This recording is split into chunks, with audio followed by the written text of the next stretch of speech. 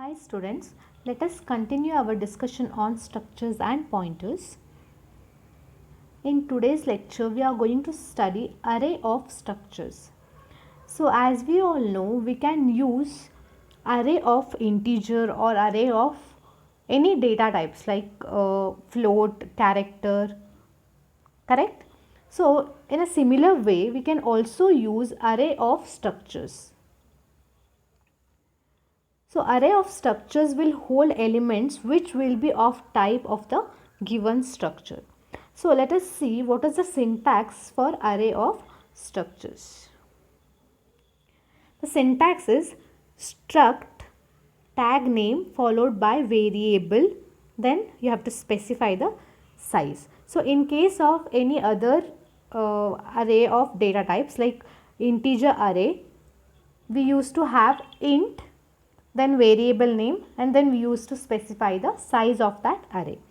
Similar way, we have to use one extra keyword, that is called struct.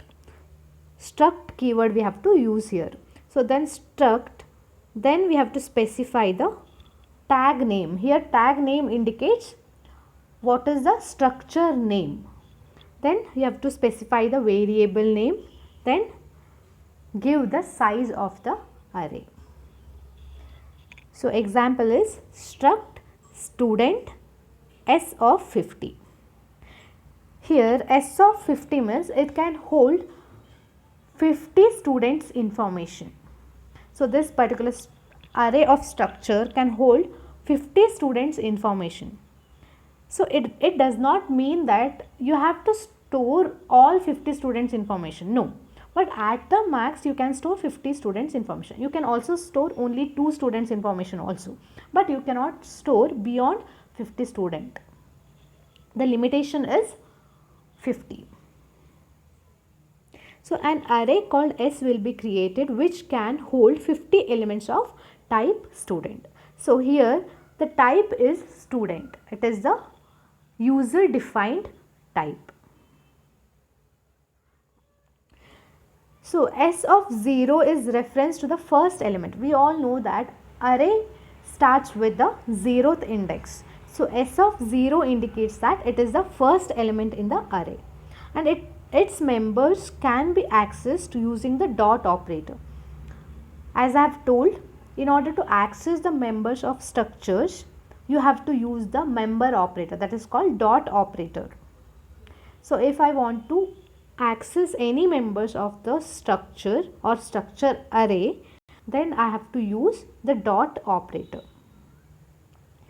So let's say in order to access roll number of a student, then I cannot access it directly.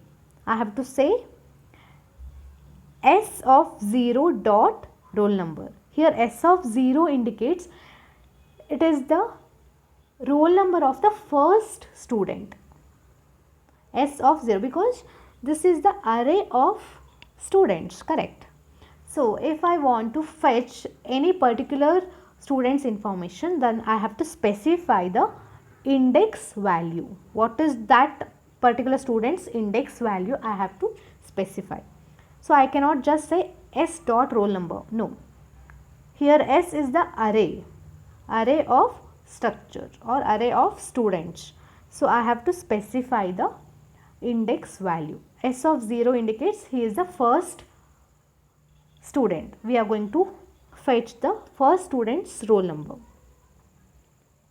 Similarly, other members like name and marks can be accessed using S of 0 dot name and S of 0 dot marks respectively. Here is an example program to read n students' roll number, name and marks as a structure and display all students' data. So we have one example here.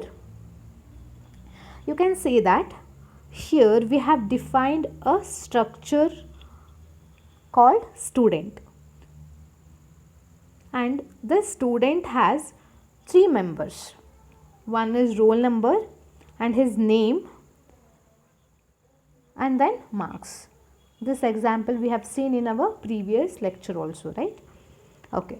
Now if I want to access the members of student, I have to create one variable for that particular student structure, right? Because without creating variable for that student structure, I cannot access its members.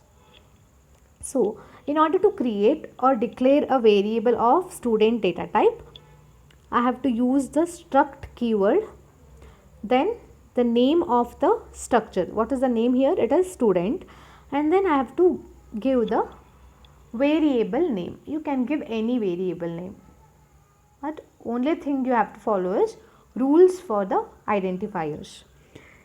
Then I have to give the size of that array. Okay, here the size is given as 50. It means we can store 50 students information in this variable array. Now I shall ask the user to enter how many number of students information he want to enter. Just because we have given the size as 50 does not mean that user has to enter 50 students information. No, he may store only 2 students information or only 1 student information. It is up to the user's choice. So that's why I will ask the user how many number of students information he want to store. So once he gives the students number as n, I don't know how many students information he wants, so let's say it as n number of students information he want to store. Now we know that in order to read the elements of array, we have to use any loops, right? You can use either while loop or do while loop or for loop. So now n number of students information need to be read, like roll number, name and marks. Means n number of students, roll number, name and marks need to be read. So in order to read these information, I have to make use of loop.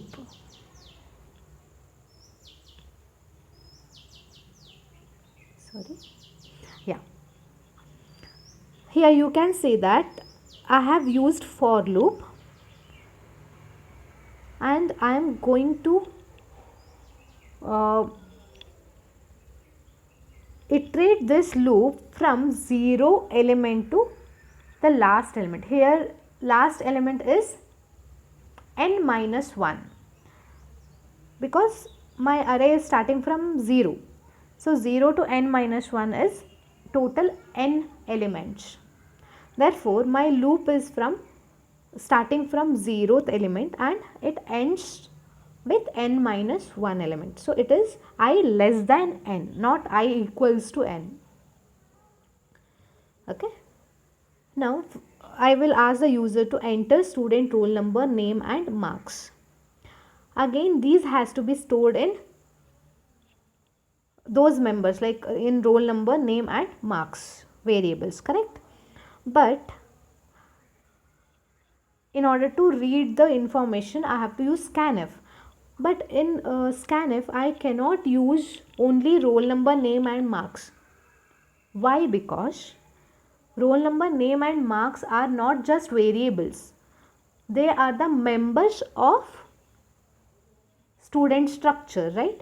So if I want to access the members of student structure or structure variable, then I have to access them through the variable name. I have to access them through the dot operator. Therefore it is s of I dot roll number. Why it is s of I? Why not s dot roll number? Because s is not a single variable, it is the array. Correct. So when I am in first iteration, when the index is 0, so I have to store the first student information. That will be stored in index number 0. So for the first iteration, first student information will be stored. That's why it is s of I. S of I means s of 0 for the first iteration. And in the second iteration, I would be storing the second student's information. That's why it is s of 1 for the second iteration. In this way, I am going to store all n students information. So the last students information will be stored at n minus 1th location. It will not be stored at nth location because array is starting from 0. So 0 to n minus 1. First student's information will be stored at 0th index and the last student's information will be stored at n minus 1. That's why I have to say s of I. I value will be changing as per the iteration. After reading all students information, I have to display the student details. So again, in order to display the student details, I have to make use of for loop because it is array of students. So I have to make use of for loop, and using 3 different printf statements, I will be displaying 3 different members, that is roll number of a student, then name of a student and marks of a student. So roll number, in order to access roll number, I have to say s of I dot roll number.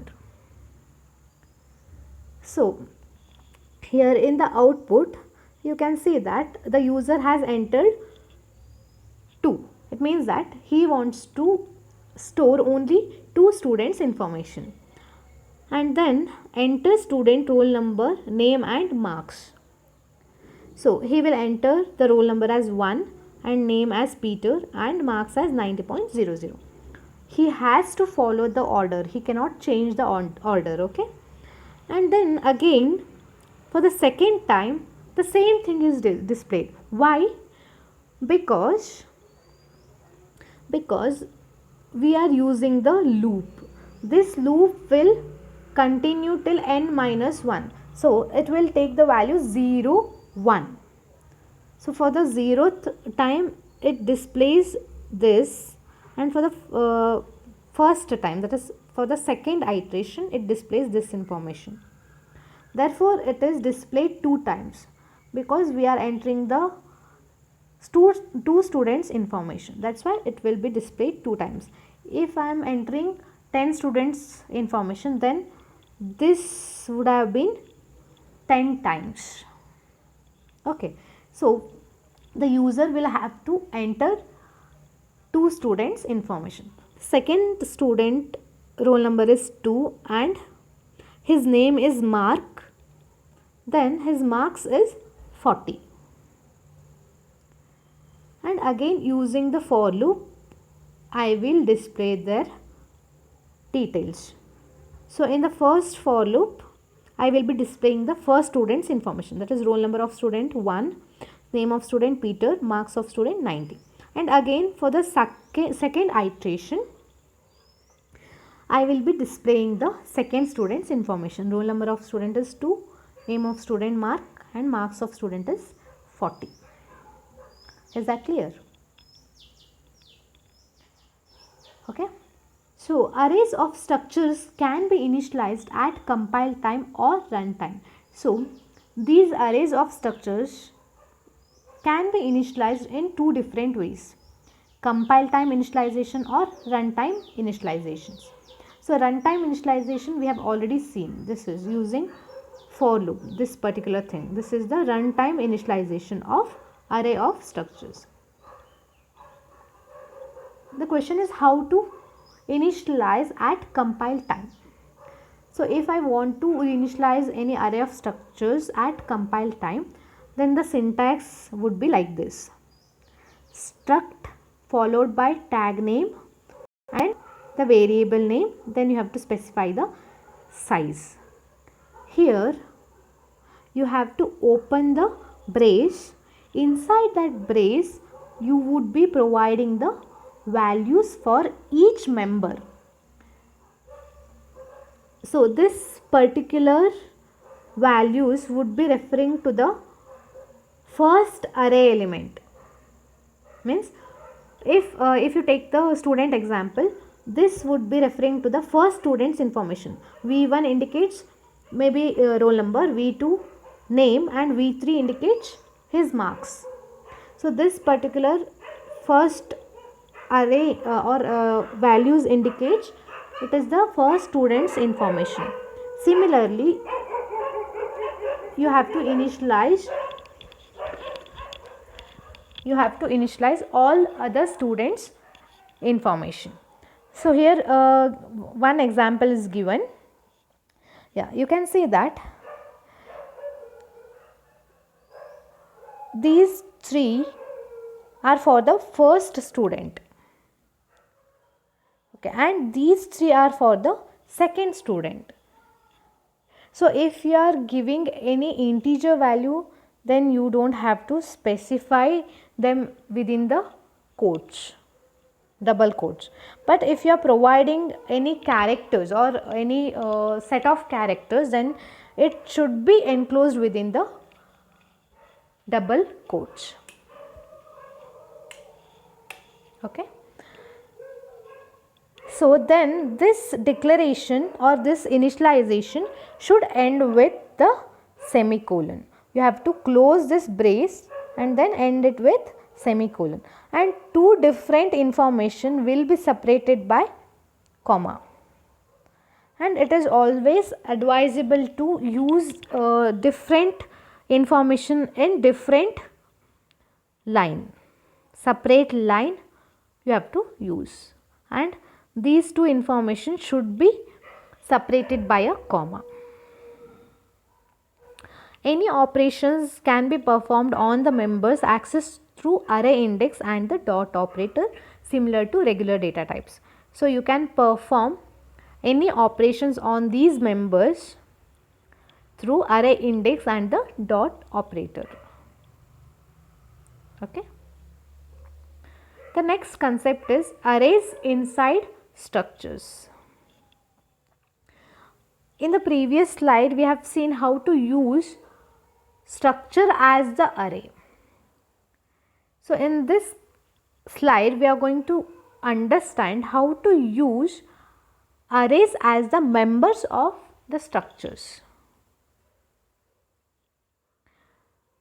C language permits the use of arrays as structure members. So you can have arrays as the structure members.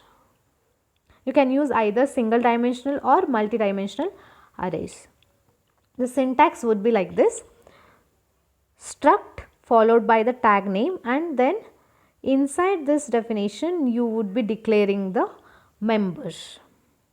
So here you can see that this is the array member. You have to specify the data type and then array name, then size. This is very similar to how we used to declare array variables. So one example is given here. Here student is the structure which has three members in it: roll number, name, and then here we have array of subject marks. It means that there are 5 different subjects. So we are going to input 5 different marks. It is not just one single subject marks. It is the subject marks of 5. 5 different subject marks. That's why it is array of 5. The structure can have multiple arrays as its members having similar data type or different data types. The array size must be provided similar to array declarations. So here if you want to have like array size of 10, you can specify them while declaring those arrays. So here we have made use of subject marks of 5. It means that we are going to store 5 subjects marks. It is the array of 5 subject marks.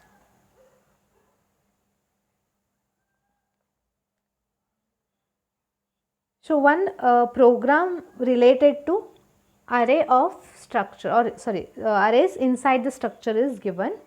That is, program to read a student roll number, name, and students 5 subject marks as a structure and display name and average marks.